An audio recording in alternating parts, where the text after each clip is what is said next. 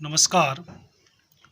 आज हम सामाजिक अध्ययन विषय के शिक्षण विषय के अंतर्गत विद्यालय में सामाजिक अध्ययन, सामाजिक विज्ञान के शिक्षण हेतु अर्थशास्त्र की आवश्यकता, need of economics for teaching of social studies, social science in school का अध्ययन करेंगे।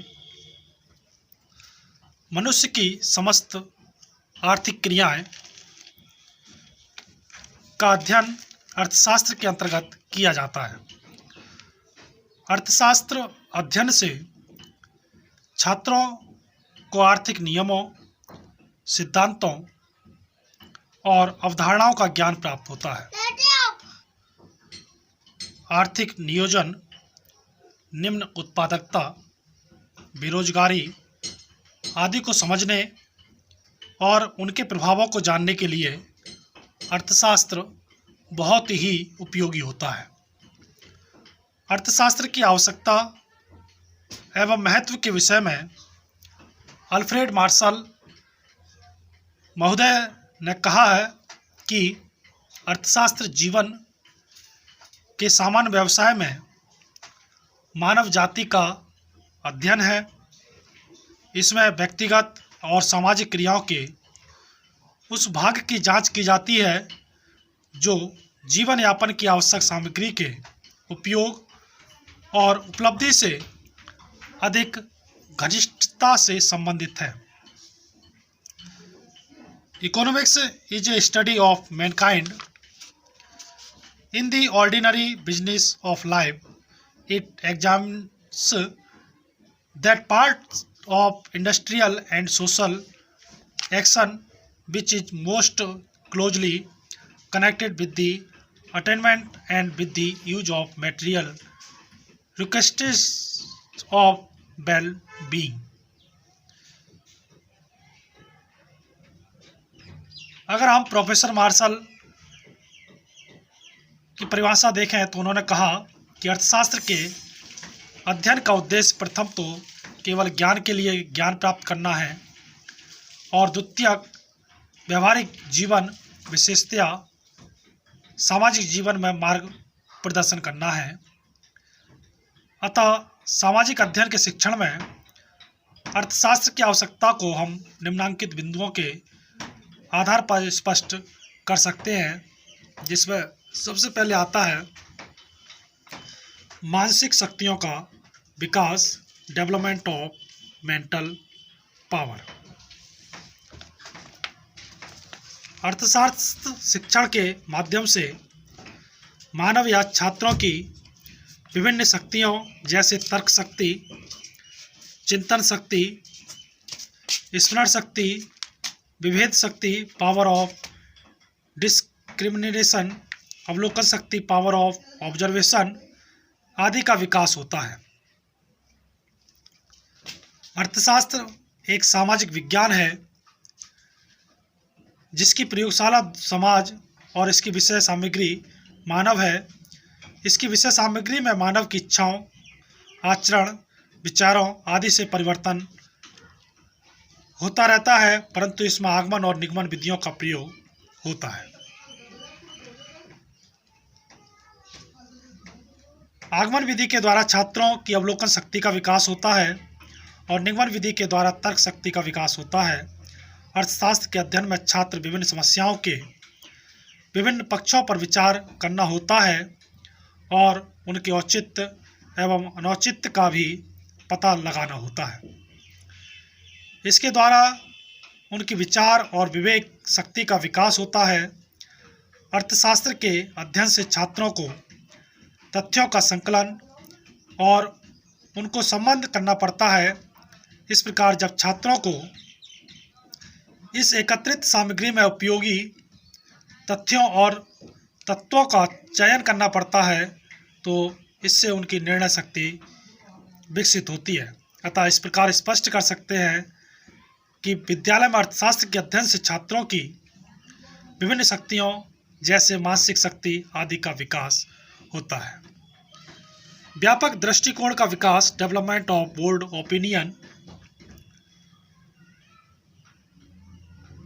अर्थशास्त्र के अध्ययन के द्वारा व्यक्ति अपनी आर्थिक व्यवस्था को भलीभांति समझ सकते हैं। इसके साथ ही साथ यह जानने में सक्षम हो जाते हैं कि विभिन्न देशों की आर्थिक व्यवस्था कैसी है और उनका तुलनात्मक अध्ययन कर सकते हैं और मानव कल्याण एवं विकास के लिए कौन सी आर्थिक व्यवस्था सही होगी। इसके अतिरिक्त यह जानने में भी समर्थ होते हैं कि धन मनुष्य के लिए है या मनुष्य धन के लिए है। इस प्रकार स्पष्ट होता है कि अर्थशास्त्र के अध्ययन से मानव और बालक का दृष्टिकोण व्यापक होता जाता है। सैद्धांतिक ज्ञान में वृद्धि, एक्सपेंशन ऑफ थ्योरेटिकल नॉलेज। अर्थशास्त्र के अध्ययन से छात्रों को आर्थिक पदों, अवधारणाओं एवं नियमों का ज्ञान प्राप्त होता है। अर्थशास्त्र के माध्यम से वह यह जानने में समर्थ होता है कि राष्ट्र में किस प्रकार की अर्थव्यवस्था या आर्थिक व्यवस्था है। राष्ट्र ने उक्त आर्थिक व्यवस्था को क्यों अपनाया, इस आर्थिक व्यवस्था के क्रियान्वयन में किन किन साधनों एवं प्रयासों को काम में लाया जाता है, राष्ट्र की आवश्यकताओं की पूर्ति के लिए किन साधनों को काम में लाया जाता है, आवश्यकताओं की पूर्ति के लिए किन किन संस्थाओं एवं निकायों की स्थापना की गई है, राष्ट्रीय समाज द्वारा निर्धारित एवं निर्मित समाजवादी समाज की स्थापना के उद्देश्य को आर्थिक क्रम में किस प्रकार परिभाषित एवं रखा जा सकता है, एवं वर्तमान राष्ट्र के नियोजन और निर्माण पर बल दिया जाता है। अतः स्पष्ट है कि अर्थशास्त्र के अध्ययन से छात्र को आर्थिक नियोजन को समझने हेतु सैद्धांतिक ज्ञान में वृद्धि होती है। वे बेरोजगारी, जनसंख्या, निम्न उत्पादकता आदि को समझने और उनके प्रभावों को जानने में सक्षम हो जाते हैं। संवेगात्मक शक्तियों का विकास, डेवलपमेंट ऑफ इमोशनल पावर्स। अर्थशास्त्र के अध्ययन से छात्रों की संवेगात्मक शक्तियों का विकास होता है। अर्थशास्त्र के अध्ययन से छात्रों को विभिन्न समस्याओं के विभिन्न पक्षों पर विचार करना पड़ता है और उनके औचित्य और मनोचित्त का भी पता लगता है।